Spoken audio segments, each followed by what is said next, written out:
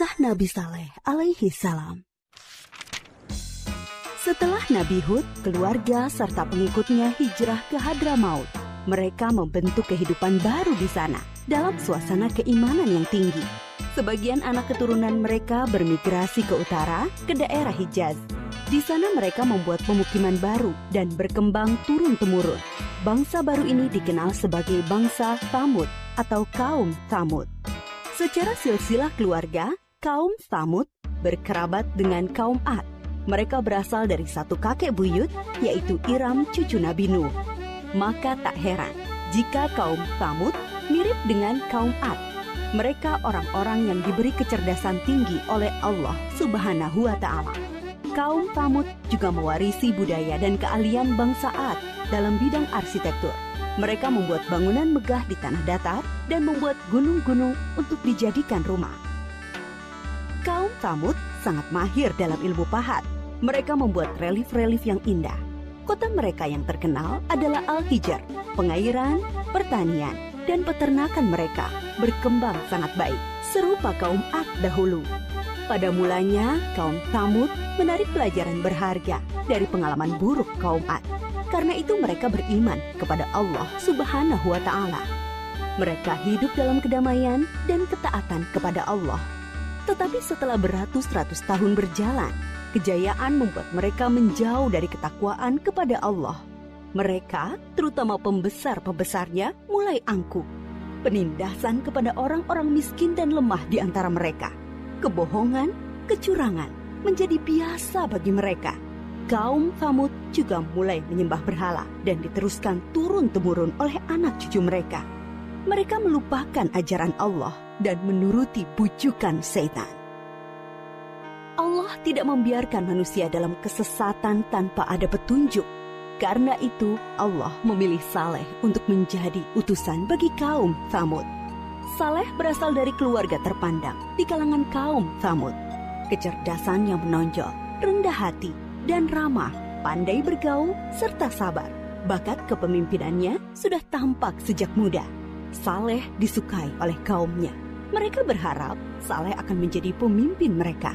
Setelah menerima petunjuk-petunjuk yang jelas dari Allah Subhanahu wa Ta'ala, Nabi Saleh alaihi salam memulai dakwahnya kepada kaumnya. Hai kaumku, sembahlah Allah. Dialah yang menciptakan kamu dan menjadikan kamu mampu memakmurkan bumi. Dan mohon ampunlah kepada Allah Subhanahu wa Ta'ala atas dosa-dosamu. Takutlah kamu kepada azab Allah. Tetapi kaumnya menjawab, Hai Saleh, kami sungguh kecewa kepadamu. Selama ini kami mengharapkan kau akan jadi pemimpin kami. Sekarang kau melarang menyembah berhala-berhala. Padahal ini adalah warisan nenek moyang kami. Kami tidak mau mengikutimu. Kebanyakan kaum Tsamud tidak mau percaya kepada dakwah Nabi Saleh, terutama para pembesar-pembesarnya.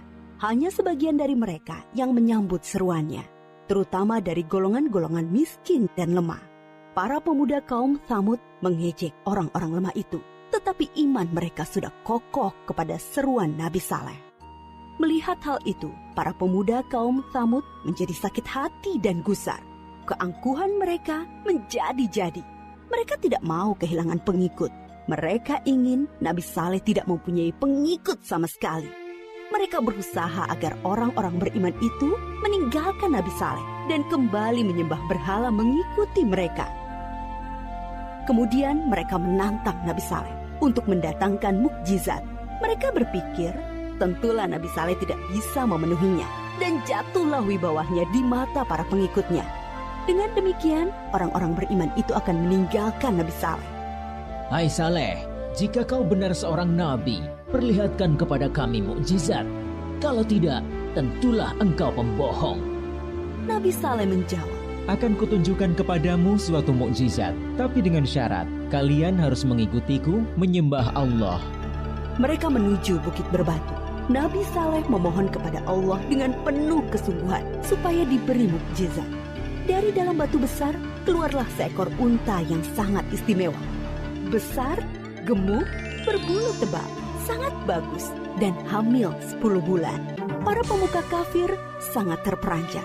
Kaum Tsamud memang ahli dalam memahat batu. Tapi Tetapi unta ini sungguh indah dan hidup, bukan patung pahatan dari batu. Nabi Saleh berkata, Inilah unta Allah, jangan kalian mengganggunya, supaya tidak turun azab atas kalian. Dia mempunyai giliran makan dan minum dengan kalian. Sehari biarkan dia minum dari sumber air. Sehari giliran kalian dan ternak kalian. Unta itu bebas berkeliaran di pemukiman kaum Tsamud. Pada hari di mana unta itu minum dari sumber air mereka, semua ternak menyingkir seolah mempersilahkannya. Air susu unta itu cukup untuk memberi makan banyak orang setiap hari. Siapapun boleh memerahnya, tetapi tidak boleh mengganggunya. Tapi semua ini tidak menjadikan pemuda-pemuda Tsamud beriman kepada Allah dan Nabi Saleh. Sejak itu, pengaruh Nabi Saleh semakin besar. Bertambah kuat keyakinan orang yang beriman. Para pemuda Tsamud semakin cemas. Mereka takut wibawa mereka makin turun dan tidak mempunyai pengikut lagi. Maka mereka mengadakan rapat rahasia untuk menghentikan dakwah Nabi Saleh. Mereka sepakat untuk membunuh unta mukjizat itu. Para pemuda Tsamud menyuruh 9 orang untuk membunuh unta itu. Mereka ini adalah para penjahat yang dikenal berani dan kejam. Bersama-sama mereka membunuh unta. Ada yang memanah dan seorang menyembelihnya.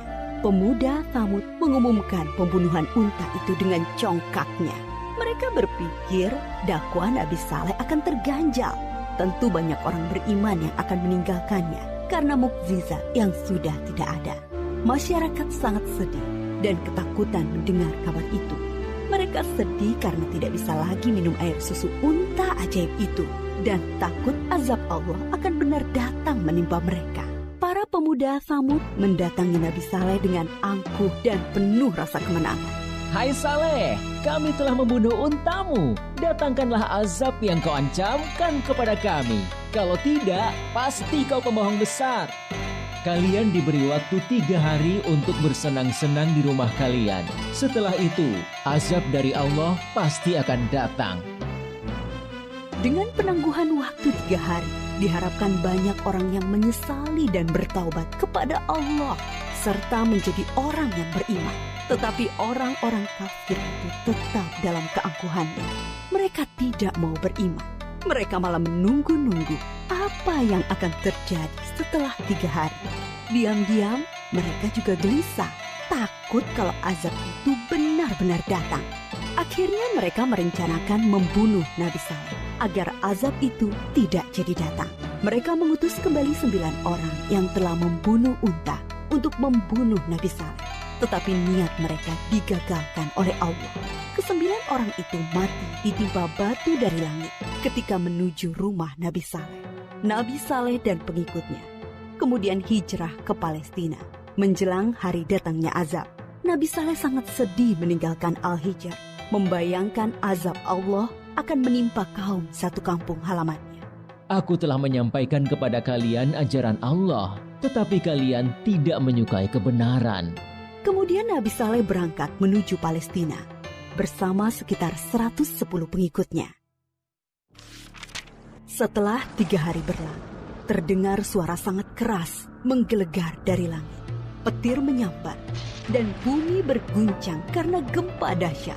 Semua orang kafir itu mati mengenaskan. Bangunan yang mereka banggakan banyak yang ambruk. Binasalah kaum Tsamud yang durhaka. Sampai saat ini, sisa-sisa pemukiman kaum Tsamud berupa rumah dan gedung dari batu yang dipahat masih bisa dilihat di Saudi Arabia dan merupakan situs bersejarah dunia. Kaum Tsamud dibinasakan oleh Allah dengan azab yang singkat tapi dahsyat.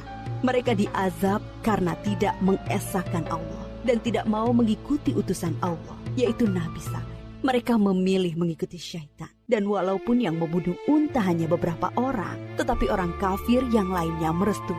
Mereka mendiamkan perbuatan jahat di antara mereka. Kisah kaum Tsamud mengajarkan kepada kita keharusan taat kepada Allah dan Rasul-Nya, serta pentingnya amar ma'ruf nahi mungkar dalam masyarakat, yaitu menyuruh kepada kebaikan dan melarang kemungkaran.